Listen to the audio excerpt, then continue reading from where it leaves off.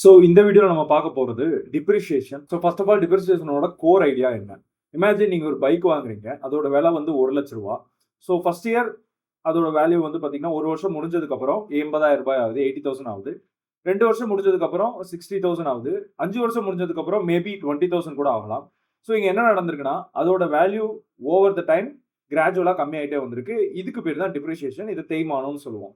Because every year நம்ம ஒரு அசட்டோட வேல்யூவை அதோட வேல்யூல இருந்து ஒரு ஒரு பர்டிகுலர் பெர்சன்டேஜை ரெடியூஸ் பண்ணிட்டு வந்துட்டு அதை வந்து பார்த்தீங்கன்னா எக்ஸ்பென்சஸாக காட்டுவோம். ப்ராஃபிட் அண்ட் லாஸ் அக்கௌண்ட்ல எக்ஸ்பென்சஸாக ட்ரீட் பண்ணுவாங்க. ஸோ ப்ராஃபிட் பிஃபோர் டிப்ரிசியேஷன் 5 லட்சம் அப்படின்னா, டிப்ரிசியேஷன் ஒரு 1 லட்சம் அப்படின்னா, அசட்ல இருக்கக்கூடிய depreciation final profit 4 lakhs. So இந்த டிப்ரிசியேஷனை ஒரு எக்ஸ்பென்சஸாக ட்ரீட் பண்ணுவாங்க. ஒரு அசட்டை வாங்கும் போது இந்த டிப்ரிசியேஷன் இம்மிடியேட்டா பே பண்ண மாட்டாங்க, இம்மிடியேட் எஃபெக்ட் இருக்காது. இது வந்து பார்த்தீங்கன்னா ஓவர் த இயர் ஸ்ப்ரெட் ஆயிருக்கும். ஸோ கிராஜுவலாக கண்டினியூஸாக நடக்கக்கூடிய ஒரு எக்ஸ்பென்சஸ், சடன் ட்ராப் கிடையாது. ஸோ இந்த டிப்ரிசியேஷனுக்கான காரணங்கள் ஏன்? வியர் அண்ட் டியர், அதாவது தேய்மானம். ஒரு மிஷின் ஓடும் போது, இல்லை ஒரு பிளான்ட் அண்ட் மிஷினராக இருக்கட்டும், ஒரு பில்டிங்காக இருக்கட்டும், அதில் வந்து பார்த்தீங்கன்னா டேமேஜஸ் நடக்கும். Wear and dear on usage damages நடக்கும். அப்படி நடக்கும்போது அதில் ஒரு பர்டிகுலர் வேல்யூ வந்து பார்த்தீங்கன்னா கம்மியாகும். ஸோ இது எக்ஸாம்பிள் கார் இன்ஜின் எடுத்துக்கிட்டோம்னா, புதுசாக ஒரு கார் வாங்கும்போது 0 கிலோமீட்டர்ஸ் தான் ஓடி இருக்கும். பட் அந்த இன்ஜின் வந்து கம்பெனியே அந்த இன்ஜினுக்கு ஒரு 5 lakhs கிலோமீட்டர்ஸ் தான் வாரண்டி கொடுக்குறாங்க. அதுக்கப்புறம் அந்த இன்ஜினை மாற்றணும், இல்லைன்னா இன்ஜினை திரும்ப வந்து ரீபில்ட் பண்ணணும், ரீவால்ட் பண்ணணும் அப்படின்னு கம்பெனியே அனௌன்ஸ் பண்ணுறாங்க. 5 lakhs கிலோமீட்டர்ஸ் வரைக்கும் தான் அந்த கார் இன்ஜினுக்கு ஒரு வேல்யூ இருக்கும். அதை தாண்டிடுச்சுன்னா அது ஒரு அந்த இன்ஜினுக்கு வந்து பார்த்தீங்கன்னா ஒரு வேல்யூ இருக்காது. ஸோ இதுதான் வியர் அண்ட் டியர் அப்படின்னு சொல்கிறோம். அடுத்து வந்து பார்த்தீங்கன்னா அவுடேட் ஆகுறது. எந்த ஒரு அசட்டாக இருந்தாலும் அது வந்து பார்த்தீங்கன்னா அப்டேட்டட் ஆகிட்டே இருக்கணும். அது வந்து பார்த்தீங்கன்னா அவுடேட்டட் ஆயிடுச்சுன்னா அதோட வேல்யூ போயிடும். எக்ஸாம்பிள் நம்ம எலக்ட்ரானிக்ஸை பொறுத்தளவுக்கு ஒரு 5 years முன்னாடி வாங்கின 50,000 வாங்கின ஒரு லேப்டாப்பும் இப்போ கரண்ட்ல நீங்கள் போய் ஒரு 50,000 வாங்கக்கூடிய லேப்டாப்பும் ஒரே ஸ்பெக் கிடையாது. அதோட நமக்கு வந்து கம்பேர் பண்ண முடியாது. ஸோ ஓல்டு சாஃப்ட்வேராக இருக்கட்டும், ஏஐ டூல்ஸாக இருக்கட்டும், மொபைல்ஸு, இந்த மாதிரி மேட்டர்லாம் அசட் அப்டேட் ஆகாமல் இருந்துச்சுன்னா அங்கே டிப்ரிசியேஷன் நடக்கும், வேல்யூ கம்மியாகும், ரீசேல் வேல்யூ கம்மியாகும். அடுத்து வந்து ஆக்சிடென்ட்ஸ்னால ஆகும். ஃபயரு, டேமேஜ், பிரேக் டவுன், இந்த மாதிரி பர்க்லரி, இந்த மாதிரி விஷயங்கள்ல அசட் வந்து பார்த்தீங்கன்னா டேமேஜ் ஆகும். அந்த டேமேஜ்னாலேயும் டிப்ரிசியேஷன் வரும். அதே மாதிரி மார்க்கெட் ப்ரைஸ் கம்மியாகிறது. மார்க்கெட்டில் டிமாண்ட் கம்மியாயிருச்சு அப்படின்னா அதோட ப்ரைஸ் கம்மியாயிரும். ஸோ அதோட வேல்யூவும் டிக்ரீஸ் ஆகிட்டே வரும். இது ஒரு காரணம். அடுத்து வந்து பார்த்தீங்கன்னா ஜஸ்ட் டைம்னால, எக்ஸாம்பிள் ஒரு பேட்டன்ட் வச்சிருப்பாங்க, ஒரு காராகவே இருக்கட்டும், அந்த காரை நம்ம ரொம்ப நாள் யூஸ் பண்ணாமே வச்சிருக்கோம். நம்ம முன்னாடி சொன்ன எக்ஸாம்பிளில் 5 lakhs கிலோமீட்டர்ஸ் தான் அந்த கம்பெனி வந்து கொடுத்துருக்காங்கன்னு சொன்னோம். அதுக்கு மேலே போச்சுன்னா அதோட வேல்யூ கம்மியாயிரும். அதான் டிப்ரிசியேஷன் சொல்லியிருந்தோம். பட் இங்கே 5 lakhs கிலோமீட்டர்ஸே ஓட்டலை, ஆனால் ஒரு 10 வருஷம் அதை வந்து சும்மா ஓட்டாமையே வச்சிருந்தாலும் அதோட வேல்யூ டிப்ரிஷியேட் ஆகும். இதுதான் டைம் மூலியமா ரெடியூஸ் ஆகுதுன்னு சொல்லுவது. ஜஸ்ட் டைம் பாஸ் ஆகுறதுனாலையும் வேல்யூ ரெடியூஸ் ஆகும். ஸோ எதுக்காக இந்த டிப்ரிசியேஷன் கால்குலேட் பண்றோம் அப்படின்னா, கரெக்ட் ப்ராஃபிட்டை தெரிஞ்சுக்க. ப்ராஃபிட் அண்ட் லாஸ் ஸ்டேட்மெண்ட்ல இந்த டிப்ரிசியேஷனை எக்ஸ்பென்சஸாக கொண்டு போகும்போது தான் நம்மளுக்கு ஆக்சுவல் ப்ராஃபிட் தெரியும். நம்ம என்ன நினைச்சிட்டு இருப்போம், நம்மளோட அசெட் 10 lakhs அப்படின்னு நினைச்சிட்டு இருப்போம். பட் அது 10 lakhs இருக்காது. அதுல டிப்ரிசியேஷன் வேல்யூ சேர்ந்து இருக்கும். டிப்ரிசியேஷனை நம்ம மைனஸ் பண்ணணும், தேய்மானம நம்ம எடுக்கணும். ஸோ ஆக்சுவல் ப்ராஃபிட் தெரியணும்னா நம்ம டிப்ரிசியேஷனை கண்டுபிடிச்சு அதை ப்ராஃபிட் கூட மைனஸ் பண்ணாதான் ஆக்சுவல் ஆன் ஹேண்ட் ப்ராஃபிட் தெரிய வரும். ஸோ டிப்ரிசியேஷன் கால்குலேட் பண்ணாமல் அதை மைனஸ் பண்ணாமல் இருந்தோம்னா ப்ராஃபிட் பெருசாக தெரியும். அதுக்கப்புறம் ஃபினான்ஷியல் பொசிஷனை கரெக்டாக ஷோகேஸ் பண்ணுறதுக்கு, பிகாஸ் அசட் வந்து பார்த்தீங்கன்னா ஓல்டு ப்ரைஸ்லேயே காட்டக்கூடாது. நம்ம முன்னாடி சொன்ன மாதிரி 10 லட்சம் ரூபாய்க்கு ஒரு கார் வாங்கணும்னா அந்த கார் வேல்யூவை 10 லட்சம் ரூபாய்னு அடுத்தடுத்த எல்லா ஃபினான்ஷியல் இயர்லையும் காட்டிட்டு இருக்க முடியாது. பிகாஸ் அதுக்கு டிப்ரிசியேஷன் போக ஒரு நியூ வேல்யூ வரும். அந்த நியூ வேல்யூ போட்டால் மட்டும்தான் கரெக்டான ஃபினான்ஷியல் பொசிஷன் அந்த பர்டிகுலர் பர்சனுக்கோ இல்லை கம்பெனிக்கோ கண்டுபிடிக்க முடியும். இல்லைனா அந்த பர்டிகுலர் பர்சனுக்கோ கம்பெனிக்கோ ஃபினான்ஷியல் பொசிஷனில் அசட் வந்து அதிகமாக இருக்கிற மாதிரி காட்டும். அடுத்து வந்து பார்த்தீங்கன்னா ரீப்ளேஸ்மெண்ட் பிளான் பண்ணுறது. ஒரு அசட் ரொம்ப நாள் யூஸ் பண்ணிட்டோம், ஸோ அதனால டிப்ரிசியேஷன் கண்டுபிடிக்காம இருந்தோம்னா அதோட அசட் வேல்யூ நம்மளுக்கு ஆக்சுவல் அசட் வேல்யூ தெரியாமல் போயிடும். அதனால அது புதுசா பழசா, இல்லை அதை வந்து யூஸ் பண்ண முடியுமா முடியாதா, திரும்ப விற்க முடியுமா முடியாதா, வித்தா எவ்வளோ அமௌண்ட்டுக்கு வந்து திரும்ப ரீசேல் பண்ண முடியும், பல ஆஸ்பெக்ட்ஸ் வந்து நம்மளுக்கு தெரியும். ஸோ அதை ரீப்ளேஸ் பண்ணுறதுக்கு இப்போ வந்து டிப்ரிசியேஷனை கண்டுபிடிச்சி வருஷம் அந்த டிப்ரிசியேஷனை நம்ம அது கூட மைனஸ் பண்ணிட்டு வந்தோம்னா ஒரு கட்டத்தில் அந்த மிஷினோட வேல்யூ 0 கூட வாய்ப்பு இருக்கு. அப்படி இருந்துச்சுன்னா புது அசட் வாங்குறதுக்கு எந்த வருஷத்துல அந்த பர்டிகுலர் அசட் வந்து 0 ஆகும் அப்படின்றத கண்டுபிடிச்சு அந்த வருஷத்துக்குள்ள நம்ம வேற ஒரு அசட் வாங்கணும், வேற ஒரு மிஷின் வாங்கணும், வேற ஒரு கார் வாங்கணும் அப்படின்னு இப்ப இருந்தே அதுக்கான பிளானிங், ஃபினான்ஷியல் பிளானிங் பண்றதுக்கு இது யூஸ்ஃபுல்லா இருக்கு. இந்த டிப்ரிசியேஷனை கண்டுபிடிக்கிற மெத்தட்ஸ் ஆஃப் டிப்ரிசியேஷன் நிறைய டைப்ஸ் இருக்கு, நிறைய மெத்தட்ஸ் இருக்கு. அதுக்கு முன்னாடி நம்ம ஒரு 3 ஃபேக்டர்ஸை தெரிஞ்சுக்கணும். இந்த 3 ஃபேக்டர் தெரிஞ்சா மட்டும் தான் நம்மளால டிப்ரிசியேஷனை கண்டுபிடிக்க முடியும். First cost of the asset.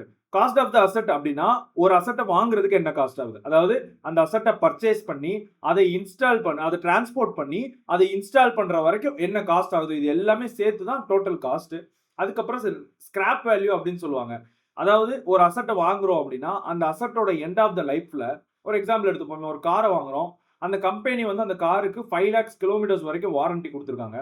அப்படி அந்த 5 lakhs கிலோமீட்டர்ஸ் ஓடினதுக்கு அப்புறம் அந்த காருக்கு மார்க்கெட்ல என்ன வேல்யூ, அதோட லைஃப் எண்ட் ஆகும்போது அதோட மார்க்கெட்ல அந்த காருக்கு என்ன வேல்யூ அப்படின்றது தான் ஸ்கிராப் வேல்யூ. அடுத்து யூஸ்ஃபுல் லைஃப். ஸோ 5 வருஷம் அந்த காரை நம்மளால யூஸ் பண்ண முடியும்னா அந்த 5 வருஷம் தான் அந்த காரோட அந்த அசெட்டோட யூஸ்ஃபுல் லைஃப். ஸோ எத்தனை வருஷம் என்னால அந்த அசெட்டை யூஸ் பண்ண முடியும், இது 3 தெரியாம நம்ம டிப்ரிசியேஷன் கண்டுபிடிக்க முடியாது. இப்போ ஒவ்வொரு மெத்தடா பார்க்கலாம். First straight line method, commonly used method, ரொம்ப இம்பார்ட்டன்டான method. So straight line method அப்படின்னு எடுத்துக்கிட்டோம்னா ஒரே டிப்ரிசியேஷன் தான், ஒரே அமௌண்ட் ஆஃப் டிப்ரிசியேஷன் தான் எவ்ரி இயர் நம்ம டிடெக்ட் பண்ண போறோம். அதாவது அந்த டோட்டல் அசெட் வேல்யூல இருந்து ஒரு அமௌண்ட், பர்டிகுலர் அமௌண்ட் தான், சேம் அமௌண்ட் தான் எவ்ரி இயர் டிடெக்ட் பண்ண போறோம். ஸோ இதோட ஃபார்முலா வந்து பாத்தீங்கன்னா cost minus scrap value divided by useful life. Example படி பார்த்தோம்னா ஒரு அசெட்டோட காஸ்ட் 4 lakhs இருக்கு. அதோட ஸ்கிராப் வேல்யூ, காஸ்ட் நான் என்ன சொல்லியிருந்தேன், ஒரு அசெட்டை பர்ச்சேஸ் பண்றதுல இருந்து அதை டிரான்ஸ்போர்ட் பண்றதுல இருந்து அதை இன்ஸ்டால் பண்ற வரைக்கும் உண்டான எல்லாமே சேர்த்து தான் cost. So cost 4 lakhs, scrap 40,000. ஸ்கிராப்னா at the end of the life அந்த பர்டிகுலர் அசெட் எவ்வளோ ரீசேல் வேல்யூ ஆகும், எவ்வளோக்கு ரீசேல் ஆகலாம் அப்படின்றதுக்கானது. ஸோ லைஃப் வந்து பார்த்தீங்கன்னா 3 years கொடுத்துருக்காங்க. ஸோ இது அப்படியே ஃபார்முலாவில் அப்ளை பண்ணோம். So cost minus scrap 40,000 minus 4 lakhs minus 40,000 divided by useful life. Useful life 3 years divided by 3 years போட்டோம்னா ஸோ 1,20,000 பெர் இயர் வருது. இந்த 1,20,000 பெர் இயர் தான் வந்து பார்த்தீங்கன்னா அதோட டிப்ரிசியேஷன், அந்த அசெட்டோட டிப்ரிசியேஷன் வேல்யூ. ஸோ இந்த 1,20,000 நம்ம 3 years எடுத்தோம்னா 3,60,000 வரும். பாக்கி ஸ்கிராப் வேல்யூ 40,000 வரும். ஸோ டோட்டல் காஸ்ட்ல 3,60,000 depreciation, at the end of the 3 years scrap value 40,000 நம்மளுக்கு டேலி ஆயிடுச்சு. ஸோ ஒரு வருஷமா இந்த 1,20,000 அவங்களோட ப்ராஃபிட்ல இருந்து மைனஸ் பண்ணணும். அப்போதான் அவங்களுக்கு ஆக்சுவல் ப்ராஃபிட் கிடைக்கும். ஸோ இதுல இன்னொரு இம்பார்ட்டன்ட் ரூல் என்னன்னா, இப்போ ஒருவேளை அந்த அசெட்டை அந்த பர்டிகுலர் கம்பெனி கொஞ்ச நாளைக்கு தான் வந்து யூஸ் பண்ணியிருக்காங்க. எக்ஸாம்பிள் எடுத்து போவேன், ஒரு வருஷத்துல 3 மாசம் மட்டும் தான் யூஸ் பண்ணியிருக்காங்க அப்படின்னா அந்த 3 மாசத்துக்கு என்ன ப்ரொபோர்ஷனோ அது மட்டும் நம்ம எடுத்துக்கிட்டாலும் போதும். அதாவது 3/12 அப்படின்னு போட்டு நம்ம அந்த 1,20,000 இன்டூ 3/12 அப்படின்னு போட்டோம்னா 3 மாசத்துக்கு என்ன டிப்ரிசியேஷனோ அதை மட்டும் எடுத்துக்கிட்டாலும் போதும். ஸோ இன்கம் டேக்ஸ் ரூல் படி பார்த்தோம்னா ஒரு கம்பெனி இல்லைன்னா ஒரு பர்சன் ஒரு அசெட்டை 180 டேஸ்க்கு மேல யூஸ் பண்ணியிருந்தாங்க அப்படின்னா, 180 நாள், அதாவது 6 மாசம் இல்ல 6 மாசத்துக்கு மேல யூஸ் பண்ணியிருந்தாங்க அப்படின்னா ஃபுல் டிப்ரிசியேஷன் கால்குலேட் பண்ணணும். ஸோ இந்த எக்ஸாம்பிள் படி பார்த்தோம்னா 1,20,000 நம்ம 4 lakhsல இருந்து ஃபர்ஸ்ட் இயர் எண்ட்ல மைனஸ் பண்ணணும். இப்போ இதுவே ஒருவேளை வந்து 180 டேஸ்க்குள்ள தான் யூஸ் பண்ணியிருக்காங்க அப்படின்னா 50% டிப்ரிசியேஷன் போட்டா போதும். ஸோ இங்க 60,000 மட்டும் டிப்ரிசியேஷனா ஒரு வருஷத்துக்கு எடுத்துக்கிட்டா போதும். ஸோ இந்த ரூல் வந்து தெரிஞ்சுக்கணும், இது இம்பார்ட்டன்ட் ரூல். ஸோ அதே மாதிரி இதோட அட்வான்டேஜஸ் இது வெரி சிம்பிள். பிகாஸ் ஒரு வேல்யூ, பர்டிகுலர் வேல்யூவை கண்டுபிடிச்சிட்டு அதை வந்து பாத்தீங்கன்னா வருஷம் மைனஸ் பண்ணிட்டு வந்தா நம்மளுக்கு ஈஸியா நம்மளுக்கு டிப்ரிசியேஷன் கால்குலேட் பண்ணிடலாம். இது பிக்ஸ்ட் அமௌண்டா இருக்கனால ஈஸி கால்குலேஷனா இருக்கும். டிஸ்அட்வான்டேஜ்ல இருக்கு. ஒன்று வந்து பாத்தீங்கன்னா ஒரே வேல்யூவா நம்ம வருஷம் எடுத்துட்டு வரதுனால அது இன்ஃபிளேஷன் கூட மேட்ச் ஆகாது. இன்ஃபிளேஷன் நான் இங்க சொல்ல வருது எதுனா, அந்த அசெட்டுக்கு ரிப்பேர் பண்றோம் இல்ல அந்த அசெட்டை வந்து மெயின்டைன் பண்றதுக்கு நம்ம காஸ்ட் செலவு பண்றோம் அப்படின்னா அதோட காஸ்ட் வருஷம் இன்க்ரீஸ் ஆக வாய்ப்பு இருக்கு. ஸோ ரிப்பேர் காஸ்ட் இன்க்ரீஸ் ஆக வாய்ப்பு இருக்கு. அது வந்து பாத்தீங்கன்னா நம்ம டிப்ரிசியேஷன் கம்மியாயிரும், ரிப்பேர் காஸ்ட் இன்க்ரீஸ் ஆகிற மாதிரி போயிடும். அதே மாதிரி டோட்டல் எக்ஸ்பென்சஸ் இதனால வந்து பாத்தீங்கன்னா அன்இவனா போயிடும். பிகாஸ் வருஷம் ஒருவேளை ரிப்பேர் காஸ்ட் இன்க்ரீஸ் ஆச்சுன்னா நம்ம டிப்ரிசியேஷன் ஆனா ஒரே வேல்யூ தான் மெயின்டைன் பண்ணிட்டு வரோம். ஸோ இங்க மேட்ச் ஆகாது, அன்இவனா இருக்கும். ஸோ அடுத்து டிமினிஷிங் பேலன்ஸ் மெத்தட், அதாவது ரிட்டர்ன் டவுன் வேல்யூ மெத்தட் அப்படின்னு சொல்லுவாங்க. ஸோ இது வந்து பாத்தீங்கன்னா அந்த பர்டிகுலர் கரண்ட் இயருக்கு என்ன புக் வேல்யூ இருக்கோ அதுல இருந்து டிப்ரிசியேஷன் கால்குலேட் பண்றது. ஸோ நம்ம இதுக்கு முன்னாடி பார்த்த ஸ்ட்ரைட் லைன் மெத்தட்ல ஒரே அமௌண்ட் தான் கால்குலேட் பண்ணுவோம். டிப்ரிசியேஷன் வேல்யூன்றது ஒரே வேல்யூ தான், அதை காஸ்ட் கூட மைனஸ் பண்ணிட்டே வரும். இங்க வந்து பாத்தீங்கன்னா ஃபர்ஸ்ட் இயர் ஒரு டிப்ரிசியேஷன் வேல்யூ கண்டுபிடிக்கணும்ல, அதை காஸ்ட் கூட மைனஸ் பண்ணிட்டு பாக்கி இருக்கக்கூடிய அமௌண்ட்டுக்கு திரும்ப செகண்ட் இயர் டிப்ரிசியேஷன் வேல்யூ கண்டுபிடிக்கிறோம் அந்த மாதிரி. ஸோ இதோட ஃபார்முலா வந்து பாத்தீங்கன்னா book value into rate divided by 100. Example cost 5 lakhs, rate 10% அப்படின்னா 5 lakhsல 10% எவ்வளோ, 50,000. ஃபர்ஸ்ட் இயர் எண்ட்ல புது வேல்யூ 4,50,000 இருக்கும். செகண்ட் இயர்ல அதே அந்த 4,50,000க்கு 10% போடுறோம். ஸோ இங்க டிப்ரிசியேஷன் வேல்யூ வந்து டிக்ரீஸ் ஆகிட்டே இருக்கும், வருஷம் டிக்ரீஸ் ஆகிட்டே இருக்கும். ஸோ அசெட் வந்து இங்க 0 ஆகாது எப்பவுமே. ஸோ பேலன்ஸ் வந்து ஆல்வேஸ் அசெட்ல வந்து ரிமைன் ஆயிட்டே இருக்கும். இதோட செகண்ட் இயர் எண்ட்ல என்ன ஆகும்? 4,50,000 into 10% 45,000. ஸோ ஃபர்ஸ்ட் இயர்ல எவ்வளவு டிப்ரிசியேஷன் வேல்யூ இருந்துச்சு? 5 lakhs into 10% 50,000. செகண்ட் இயர்ல 4,50,000 into 10% 45,000. ஸோ உங்களுக்கு டிஃபரன்ஸ் புரிஞ்சிருக்கும்னு நம்புறேன். இது ரியல் லைஃப் பெட்டரா மேட்ச் பண்ணும். இது வந்து பாத்தீங்கன்னா accepted by income tax and companies act 2 மூலமா அக்செப்ட் ஆகும்.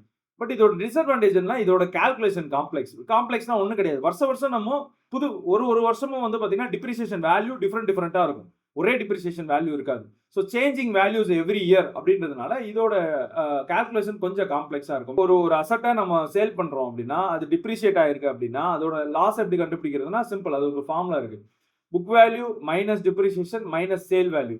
ஸோ அந்த ஆக்சுவல் அசட்டை வாங்கும் போது என்ன புக் வேல்யூ இருந்துச்சு, டிப்ரிசியேஷன் ஓவர் த இயர்ஸ்ல எவ்வளோ ஆயிருக்கு, மைனஸ் நீங்க எவ்வளோ சேல் பண்ணிருக்கீங்க. இது மூணையும் மைனஸ் பண்ணீங்கன்னா book value minus depreciation minus sale value, இந்த மூணையும் மைனஸ் பண்ணீங்கன்னா கிடைக்கக்கூடிய அமௌண்ட் தான் லாஸ்.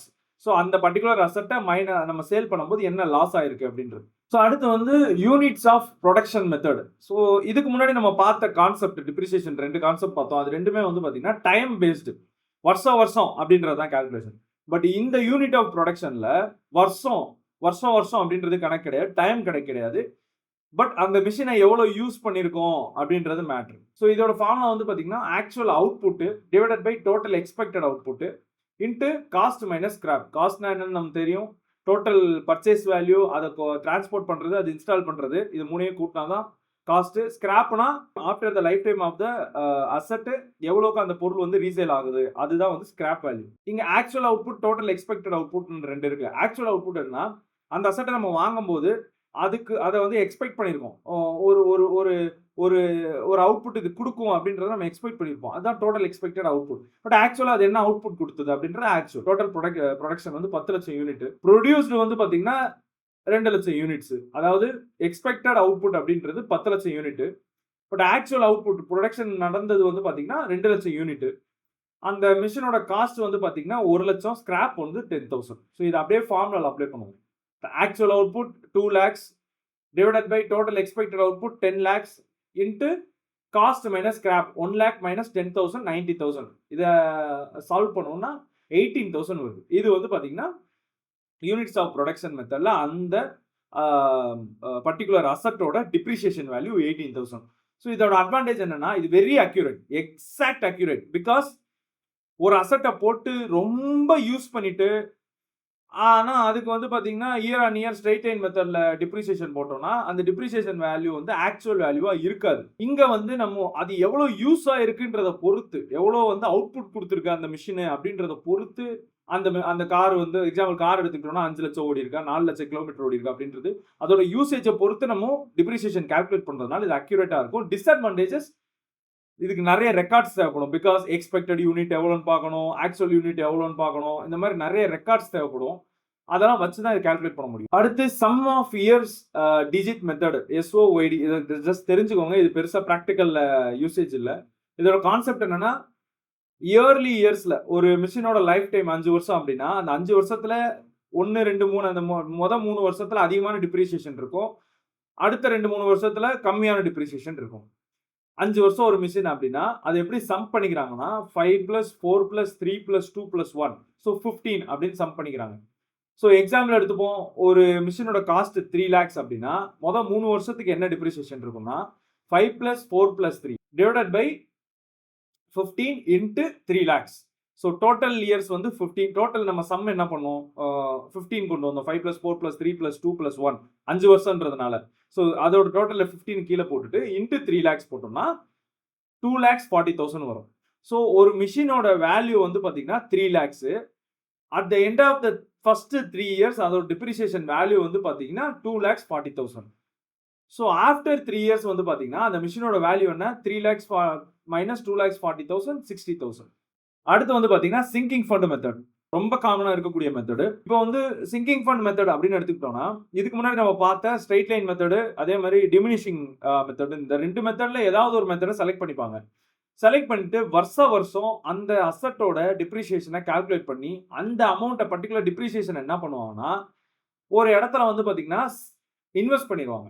அது செக்யூரிட்டிஸாக இருக்கட்டும், இல்ல வேற ஏதாவது வேற ஒரு அசெட்ல வந்து இன்வெஸ்ட் பண்ணிருவாங்க. ஸோ இன்வெஸ்ட்மென்ட் என்ன ஆகும்? இது வருஷம் இன்வெஸ்ட்மென்ட் பண்ணிட்டே இருக்கும்போது, அதுக்கு ஒரு இன்ட்ரெஸ்ட் ரேட் வரும். அதுக்கு ஒரு இன்ட்ரெஸ்ட் வரும். ஸோ அந்த இன்வெஸ்ட்மென்ட் வந்து பெருசாகும். இந்த பர்ட்டிகுலர் அசெட் டெப்ரிசியேஷன் கால்குலேட் பண்ணிட்டு இருந்தாங்க பார்த்தீங்களா? அந்த அசெட்டோட லைஃப் எண்ட் ஆகும்போது, அவங்க இன்வெஸ்ட் பண்ணியிருக்கக்கூடிய அமௌண்ட் எடுத்துட்டு வந்து, புது அசெட் வாங்குறதுக்கு, அந்த அசெட் ரீப்ளேஸ் பண்ணிக்கிறதுக்கு யூஸ் பண்ணிப்பாங்க. இதுக்கு பேரு சிங்கிங் ஃபண்ட். சிங்கிங் ஃபண்டுன்னு ஒரு தனி ஃபண்டே ஆரம்பிச்சுருவாங்க. அதாவது இங்க ஏன்னு ஒரு அசெட் இருக்கு. அந்த அசெட்டோட டிப்ரிசியேஷன் வேல்யூ இவ்வளோ, இயர் ஆன் இயர் இவ்வளோ. ஸோ அந்த டிப்ரிசியேஷன் வேல்யூவ நான் கால்குலேட் பண்ணி, அந்த பர்ட்டிகுலர் அமௌண்ட்ட நான் வேற ஒரு இன்வெஸ்ட்மென்ட்ல பார்க் பண்ணிட்டு வரேன். At the end of the life time of this asset, நான் புது மிஷின் வாங்குறதுக்கு அந்த இன்வெஸ்ட்மென்ட் பண்ண அமௌண்ட்ட எடுத்துக்கிறேன். அதுக்கு இன்ட்ரெஸ்ட்டும் வந்திருக்கும். ஸோ எனக்கு அதிகமாகும். எக்ஸாம்பிள், ஒரு மிஷினோட காஸ்ட் 5,00,000. அதோட யூஸ்ஃபுல் லைஃப் 5 வருஷம். இப்போ டிப்ரிசியேஷன் வந்து பார்த்தீங்கன்னா, 5,00,000 டிவைடட் பை 5 வருஷம். ஸோ ஒரு வருஷத்துக்கு 5 லேக்ஸ் டிவைடட் பை 5, ஒரு வருஷத்துக்கு 1 லேக். ஸோ 1 லேக்ங்கிறது டிப்ரிசியேஷன், ஆனுவல் டிப்ரிசியேஷன் கண்டுபிடிச்சிடுறாங்க. இவங்க என்ன பண்றாங்க? அந்த 1 லேக் எடுத்துட்டு போயிட்டு ஏதோ ஒரு செக்யூரிட்டீஸ்ல இன்வெஸ்ட் பண்ணிக்கிறாங்க. ஸோ இயர் 1 லேக் இன்வெஸ்ட் பண்றாங்க. இயர் 2 1 லேக் இன்வெஸ்ட் பண்றாங்க. இதே மாதிரி 5 வருஷத்துக்கு 5,00,000 இன்வெஸ்ட் பண்ணிடுறாங்க. ஆஃப்டர் 5 இயர்ஸ் இந்த இன்வெஸ்ட்மென்ட் பண்ண அமௌண்ட் 5,00,000 இருக்காது. எப்படியும் இதோட அதிகமா தான் இருக்கும். 5,50,000, 5,60,000 அந்த மாதிரி எக்ஸ்ட்ராவா தான் இருக்கும். ஸோ ஆஃப்டர் 5 இயர்ஸ் இந்த மிஷினோட லைஃபும் முடிஞ்சிரும். ஸோ இந்த மிஷினை தூக்கி போட்டு வேற மிஷினை ரீப்ளேஸ் பண்ணிக்கிறாங்க. அந்த 5,00,000 வச்சு அந்த எக்ஸ்ட்ரா வந்து அந்த இன்ட்ரெஸ்டோட சேர்த்து வேற மிஷினை ரீப்ளேஸ் பண்ணிக்கிறாங்க. இந்த மெத்தட தான் நிறைய கம்பெனி ப்ரிஃபரும் பண்றாங்க. பிகாஸ் இது பெரிய ஃபினான்ஷியல் ப்ராப்ளம சால்வ் பண்ணுது. ஸோ ஒருவேளை ஒரு கம்பெனி வந்து டெப்ரிசியேஷனை மட்டும் ரெக்கார்ட் பண்ணிட்டே இருக்காங்க. பட் அமௌண்ட் சேவ் பண்ணாம இருந்தாங்கன்னா, கேஷ் ஷார்டேஜ் ஆகி அந்த மிஷினை ரீப்ளேஸ் பண்ணக்கூடிய டைம்ல, அதாவது அந்த அசெட் ரீப்ளேஸ் பண்ற டைம்ல அவங்களுக்கு கேஷ் இருக்காது. திரும்ப லோனுக்கு தான் போற மாதிரி இருக்கும். இந்த சிங்கிங் ஃபண்ட் மெத்தட் என்ன என்ஷூர் பண்ணுது அப்படின்னா, ரீப்ளேஸ்மென்ட் பண்றதுக்கான மணியை என்ஷூர் பண்றது. ஏன்னா அது ஆல்ரெடி எக்ஸிஸ்ட் ஆயிருக்கு. அங்க ஒரு இடத்துல இன்வெஸ்ட் பண்ணிருக்கனால கவலையே இல்லாம ரீப்ளேஸ்மென்ட்க்கான மணி என்ஷூர் பண்ணுது. இதோட கம்பேரிசன் அப்படின்னு எடுத்துக்கிட்டோம்னா, ஸ்ட்ரெயிட் லைன் மெத்தட்ல ஒன்லி அந்த அசெட் வேல்யூவை மட்டும் கம்மி பண்ணிட்டே வரும் புக்ஸ்ல. ஆக்சுவல் மணி எங்கேயுமே சேவ் ஆகாது. டிமினிஷிங் பேலன்ஸ் மெத்தட்ல depreciation year on year change பண்ணி, அதையும் வந்து பாத்தீங்கன்னா புக்ஸ்ல மட்டும் தான் சேஞ்ச் பண்ணிட்டு வரோம். ஆக்சுவல் மணி எங்கேயுமே சேவ் ஆகாது. பட் சிங்கிங் ஃபண்ட் மெத்தட்ல டிப்ரிசியேஷனும் ரெக்கார்ட் ஆகும். ஆக்சுவல் மணியும் ஒரு இடத்துல இன்வெஸ்ட் ஆயிருக்குன்றதுனால ஃபினான்ஷியல் டிசிப்ளின் கிரியேட் ஆகுது. ஸோ அந்த இன்வெஸ்ட் ஆன அமௌண்ட் வந்து அந்த அசெட்டை ரீப்ளேஸ் பண்றதுக்கும் ஹெல்ப்ஃபுல் ஆகுது. அடுத்து அமார்டைசேஷன் அப்படின்னா சிம்பிள் இன்டான்ஜிபிள் அசெட்ஸ். இது வரைக்கும் நம்ம பேசின டிப்ரிசியேஷன் மேட்டர் எல்லாமே டான்ஜிபிளான அசெட்ஸ்க்கு. இன்டான்ஜிபிள் அசெட்ஸ் நம்ம கேள்விப்பட்டிருப்போம்ல, பேட்டன்ட்ஸ், ட்ரேட்மார்க், சாஃப்ட்வேர், காப்பிரைட், இது எல்லாத்துக்கும் வந்து பாத்தீங்கன்னா அமார்டைசேஷன் அப்படின்றது ஒன்று சொல்லுவாங்க. இது வந்து பாத்தீங்கன்னா அதே டிப்ரிசியேஷன் தான். ஓவர் த இயர்ஸ் வந்து பாத்தீங்கன்னா ஒரு சேம் வேல்யூவை அந்த பர்டிகுலர் இன்டான்ஜிபிள் அசெட்ஸ்க்கு வந்து பாத்தீங்கன்னா டிப்ரிசியேஷனா கால்குலேட் பண்றது. எக்ஸாம்பிள், ஒரு பேட்டன்ட் 1,00,000 காஸ்ட் ஆகுது. அதோட லைஃப் 10 இயர்ஸ் அப்படின்னா 10 இயர்ஸ்க்கு அப்புறம் அந்த பேட்டன்ட் எக்ஸ்பைரி ஆகுதுன்னா அமார்டைசேஷன் ஒரு வருஷத்துக்கு 10,000 ரூபாய். ஸோ டிவைடட் அப்படியே 1 லேக்ஸ் டிவைடட் பை 10 போட்டோம்னா ஒரு வருஷத்துக்கு 10,000 ரூபாய். ஸோ இதுக்கு பேர் இன்டான்ஜிபிள் அசெட்ஸ்க்கு டிப்ரிசியேஷன் கால்குலேஷன் பண்றதுக்கு பேர் அமார்டைசேஷன். ஸோ ஃபைனல் சம்மரியா, ஸ்ட்ரெயிட் லைன் மெத்தட் அப்படின்னா அது டைம் பேஸ்டு, சரிங்களா? இயர் ஆன் இயர் ஈக்குவலா வந்து டிடெக்ட் ஆகும். இதே ரிட்டர்ன் டவுன் வேல்யூனா அது வந்து பாத்தீங்கன்னா value based. Year on year தான், ஆனா வேல்யூ டிக்ரீஸ் ஆகும். ஏன்னா வருஷத்துல அசெட்டோட வேல்யூ 5,00,000 இருக்கும். அதோட டிப்ரிசியேஷன் 50,000 இருக்கும். அடுத்த வருஷத்துல அசெட்டோட வேல்யூ 5,00,000 மைனஸ் 50,000 4,50,000 மாறிடும். ஸோ அந்த 4,50,000க்கு டிப்ரிசியேஷன் வந்து 45,000 அப்படின்னு ஆயிரும். அடுத்து திரும்ப அந்த 4,50,000 45,000 மைனஸ் பண்ணி தான் அசெட்டோட வேல்யூ வரும். ஸோ வருஷம் அசெட்டோட வேல்யூ பேஸ் பண்ணி கம்மியாகும். அடுத்து வந்து யூனிட்ஸ் மெத்தட்ல அதோட யூசேஜ் எவ்வளோ, இது ரெண்டுமே வந்து டைம் மெத்தடு, டைம் வேல்யூவை பொறுத்து. மூணாவது வந்து எவ்வளவு நம்ம அடிச்சு துவைக்கிறோம் அந்த மிஷினை, அப்படி அசெட்டை வந்து எவ்வளவு யூஸ் பண்ணியிருக்கோம் அதை பொறுத்து நம்ம கண்டுபிடிக்கிறது. இது வேரியபிள் ஆகிட்டே இருக்கும். ஸோ நாலாவது இதுவும் டைம் தான், அந்த சம் ஆஃப் இயர்ஸ் மெத்தடுன்றது. இது வந்து பாத்தீங்கன்னா ஒரு பர்டிகுலர் 5 வருஷம் அப்படின்றா, ஒரு மிஷின் 5 வருஷம் அப்படின்னா முதல் 2-3 வருஷத்துல டிப்ரிசியேஷன் பெருசா இருக்கும். அடுத்த 2-3 வருஷத்துல டிப்ரிசியேஷன் இருக்காது, இல்ல கம்மியா இருக்கும்.